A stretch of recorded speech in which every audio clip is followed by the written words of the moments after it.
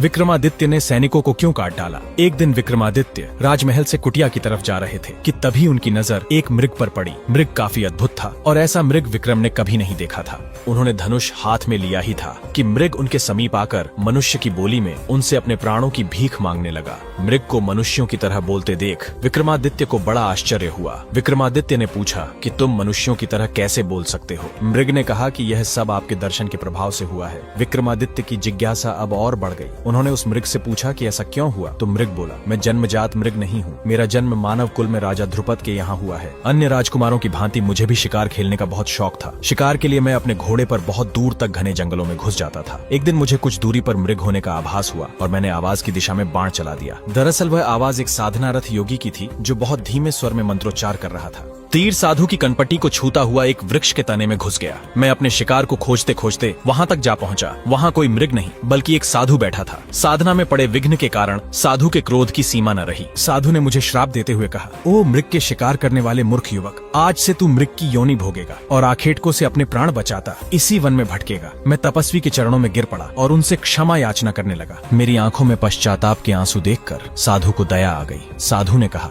श्राप वापस तो नहीं लिया जा सकता, लेकिन मैं इसके प्रभाव को सीमित जरूर कर सकता हूँ। तुम मृग बनकर तब तक भटकते रहोगे जब तक तुम्हें महान यशस्वी राजा विक्रमादित्य के दर्शन न हो जाए। उनके दर्शन से तुम मनुष्यों की भांति बोलने लगोगे। विक्रमादित्य ने कहा, तुम्हें मृग रूप से कब मुक्ति मिलेगी और तुम अपने वास्तविक रूप को कैसे प्राप्त करोगे। मृग बोला, योगी के कथनानुसार जब मैं आपको उनके पास लेकर जाऊंगा तो अपने वास्तविक रूप को प्राप्त कर लूंगा। विक्रम उस मृग को साथ लेकर जंगल में साधु की खोज में निकल पड़े। विक्रमादित्य उस मृग के साथ काफी दिनों तक जंगल में भटकते रहे। तभी एक दिन उन्हें एक वृक्ष पर उल्टा होकर साधना करता योगी दिखा। विक्रम समझ गए कि यह वही तपस्वी है। साधु पेड़ से नीचे उतरा और विक्रमादित्य का अभिवादन किया। साधु ने कहा, हे राजन, इतने सालों से मैं आपकी ही प्रतीक्षा कर रहा था। विक्रमादित्य ने कहा, हे ऋषिवर, बताइए मैं आपकी क्या सहायता कर सकता हूँ। साधु ने विक्रमादित्य से इंद्र द्वारा दी गई चमत्कारी मूंगे वाली माला मांगी। विक्रमादित्य ने खुशी खुशी वह माला साधु को भेंट कर दी। योगी ने विक्रम का आभार व्यक्त किया और श्रापित राजकुमार फिर से मानव बन गया। राजकुमार को लेकर विक्रमादित्य वापस अपने महल लौट आए और दूसरे दिन अपने रथ पर उसे बिठाकर उसके राज्य की तरफ निकल पड़े। राजकुमार के राज्य में प्रवेश करते ही सैनिकों की एक टुकड़ी ने उन्हें चारों तरफ से घेर लिया और राज्य में प्रवेश करने का प्रयोजन पूछने लगे। राजकुमार ने अपना परिचय देते हुए कहा, तुम लोगों ने रथ रोकने की हिम्मत कैसे की। सैनिकों ने कहा, आपके माता पिता को बंदी बनाकर कारागार में डाल दिया गया है और अब इस राज्य पर किसी और का अधिकार हो चुका है। इतना सुनते ही राजकुमार के होश उड़ गए। राजकुमार ने अपना परिचय देते हुए कहा, तुम लोगों ने रथ रोकने की हिम्मत कैसे की। सैनिकों ने कहा, आपके माता पिता को बंदी बनाकर कारागार में डाल दिया गया है और अब इस राज्य पर किसी और का अधिकार हो चुका है। इतना सुनते ही राजकुमार के होश उड़ गए। विक्रमादित्य ने उन्हें अपना परिचय नहीं दिया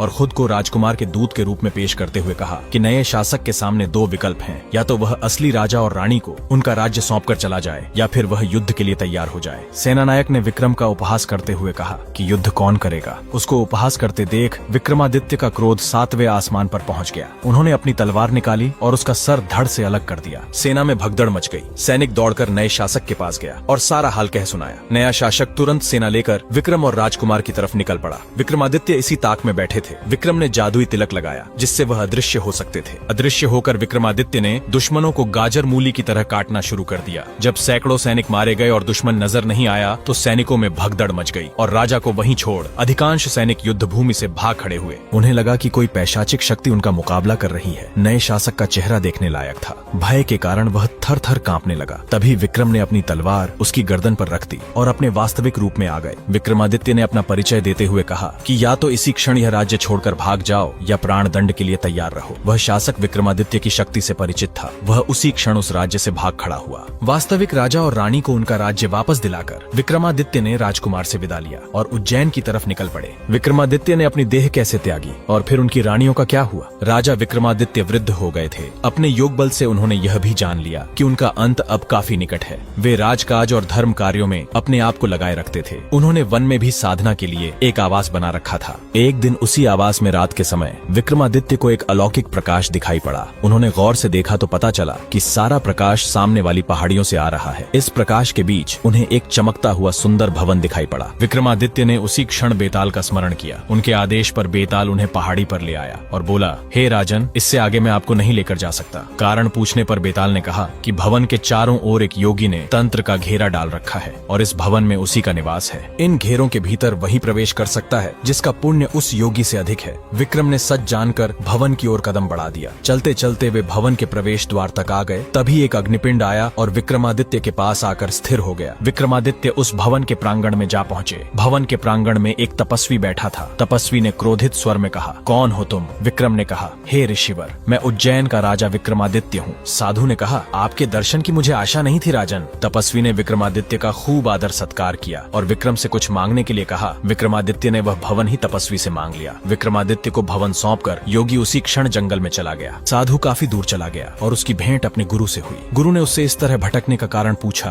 तो उसने कहा कि मैंने अपना भवन राजा विक्रमादित्य को दान कर दिया है। गुरु को हंसी आ गई और कहा, इस धरती के सर्वश्रेष्ठ दानवीर को तुम क्या दान करोगे? तुम विक्रमादित्य के पास जाओ और अपना भवन फिर से मांग लो। साधु ने अपना भेष बदला और उस कुटिया के पास जा पहुंचा जहां विक्रमादित्य साधना करते थे। साधु अपना भेष बदलकर विक्रमादित्य के पास जा पहुंचा और विक्रमादित्य से रहने की जगह की याचना करने लगा। विक्रमादित्य ने कहा, हे ऋषिवर, आप अपनी इच्छित जगह मांग सकते हैं। साधु ने विक्रमादित्य से वह भवन मांग लिया। विक्रमादित्य ने मुस्कुराते हुए कहा, हे ऋषिवर, वह भवन ज्यों का त्यों छोड़कर मैं उसी समय वापस आ गया था। मैंने बस आपकी परीक्षा लेने हेतु वह भवन मांगा था। साधु प्रसन्न होकर वापस अपने भवन की ओर निकल पड़ा। समय बीतता चला गया और विधि के लिखे विधान के अनुसार काफी वृद्ध होने के कारण एक दिन विक्रमादित्य ने अपनी देह त्याग दी। उनकी मृत्यु की खबर मिलते ही चारों तरफ हाहाकार मच गया। उनकी प्रजा का रो रो कर बुरा हाल था। जब विक्रमादित्य की चिता सजी तो उनकी सभी रानियां विक्रमादित्य की चिता पर जा बैठी और सती हो गई। स्वयं देवताओं ने उनकी चिता पर पुष्प वर्षा की। यदि आपको विक्रमादित्य की कहानियां अच्छी लगी तो वीडियो को लाइक जरूर करें। यदि आप विक्रमादित्य के जीवन के अनसुने किस्से और भी सुनना चाहते हैं तो कमेंट करके जरूर बताएं। कौन था वो चोर जिसने पूरी राजधानी लूट डाली? बहुत समय पहले की बात है। एक चोर था जो बड़ा ही चतुर था। एक दिन उसने सोचा कि जब तक वह कुछ बड़ा कारनामा नहीं करेगा तब तक लोगों के बीच उसकी धाक नहीं जमेगी। ये सोचकर चोर राजधानी की ओर निकल पड़ा। वहाँ पहुंचकर उसने पूरी राजधानी का चक्कर लगाया कि वह कहाँ कहाँ क्या क्या कर सकता है। उसने राजा के महल से चोरी करने की ठानी, लेकिन द्वार पर सैनिकों की सुरक्षा के चलते महल में प्रवेश करना असंभव था। महल में एक बहुत ही विशाल घड़ी लगी थी जो दिन और रात का समय बताने के लिए घंटे बजाती रहती थी। चोर ने लोहे की कुछ किले इकट्ठा की और जब रात को घड़ी ने 12 बजाए तो घंटे की आवाज के साथ वह महल की दीवार में एक एक कील ठोकता गया। घड़ी में 12 बजने के साथ उसने कुल 12 कील दीवार में ठोकी और उनको पकड़कर चोर महल में दाखिल हो गया। वह राजकोष तक जा पहुंचा और वहां से बहुत सारे बेशकीमती हीरे चुरा लाया। महल में चोरी की खबर सुनते ही राजा ने मंत्रियों को आदेश देते हुए कहा, नगर में गश्त करने वाले सिपाहियों की संख्या दुगनी कर दी जाए और रात में अगर कोई संदिग्ध दिखे तो उसे तुरंत गिरफ्तार कर लिया जाए। मंत्री का भेष बनाए हुए चोर दरबार में ही मौजूद था। उसने राजा की सारी योजना सुन ली। उसे गश्त करने वाले सिपाहियों का भी पता चल गया। चोर ने साधु का भेष धरा और उन सभी सिपाहियों की पत्नियों से जाकर मिला जो नगर में पहरा दे रहे थे। सभी महिलाएं एक ही बात को लेकर उत्सुक थीं कि उनके पति चोर को पकड़े और राजा से इनाम ले। एक एक करके चोर उन सब के पास गया और उनके हाथ देखकर बताता कि वह रात उसके लिए बड़ी ही शुभ है। तुम्हारे पति की पोशाक में चोर तुम्हारे घर आएगा। घर के सारे दरवाजे बंद कर लेना और भले ही वह पति की आवाज में बोलता सुनाई दे, उसके ऊपर जलता कोयला फेंकना। इसका नतीजा ये होगा कि चोर पकड़ में आ जाएगा और इसके पारितोष तुम्हें राजा से पुरस्कार मिलेंगे। रात होते ही सारी स्त्रियां चोर के आने की प्रतीक्षा करने लगी। सिपाहियों ने पूरी रात नगर में पहरा दिया और जैसे ही सुबह के 4 बजे उन्हें लगा अब चोर नहीं आएगा। हालांकि अभी भी अंधेरा था। सभी सिपाही अपने घरों की तरफ निकल पड़े। जैसे ही वे अपने घर पहुंचे तो स्त्रियों को संदेह हुआ कि चोर आया है और साधु के बताए अनुसार उन्होंने जलते हुए कोयले उन पर फेंक दिए और दरवाजा बंद कर लिया। सिपाही जल गए और बड़ी ही मुश्किल से वे अपनी पत्नियों को विश्वास दिला पाए कि वे ही उनके असली पति हैं। सभी की हालत गंभीर थी और उन्हें वैद्य के पास ले जाया गया। दूसरे दिन जब राजा दरबार में आया तो उसे सारा हाल सुनाया गया। राजा बहुत चिंतित हुआ और उसने कोतवाल को आदेश देते हुए कहा कि तुम स्वयं जाकर चोर को पकड़ो। उसी रात कोतवाल चोर को पकड़ने के लिए निकल पड़ा। रात्रि में कोतवाल नगर में पहरा दे रहा था कि तभी पीछे से आवाज आई कि मैं चोर हूँ। कोतवाल ने कहा, मजाक छोड़ो, अगर तुम चोर हो तो सामने आओ, मैं तुम्हें इसी वक्त काठ में डाल दूंगा। चोर कोतवाल के सामने आ गया और उसके साथ काठ डालने की जगह जा पहुंचा। वहां जाकर चोर ने कहा, कोतवाल साहब, इस काठ को आप कैसे इस्तेमाल करते हैं? एक बार मेहरबानी करके मुझे समझा दीजिए। कोतवाल ने कहा, तुम्हारा क्या भरोसा, मैं तुम्हें बताऊं और तुम भाग जाओ तो? चोर बोला,